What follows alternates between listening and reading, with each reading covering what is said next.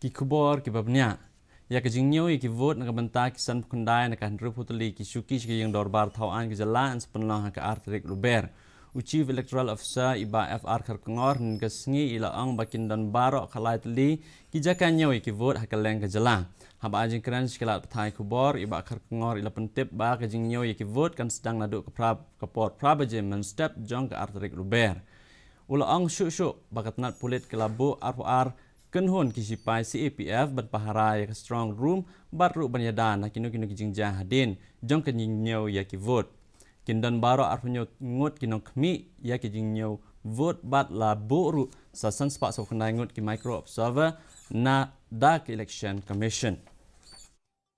Counting will start at 8 a.m.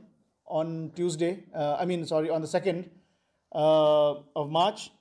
And we have 13 counting centers all across the state. 22 companies have been retained for guarding of the strong room and also for any post-poll contingencies. And we have, this time Election Commission has deployed 27 counting observers.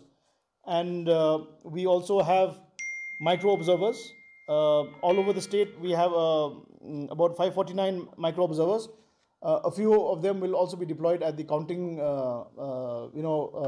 tables this time to assess the counting observer.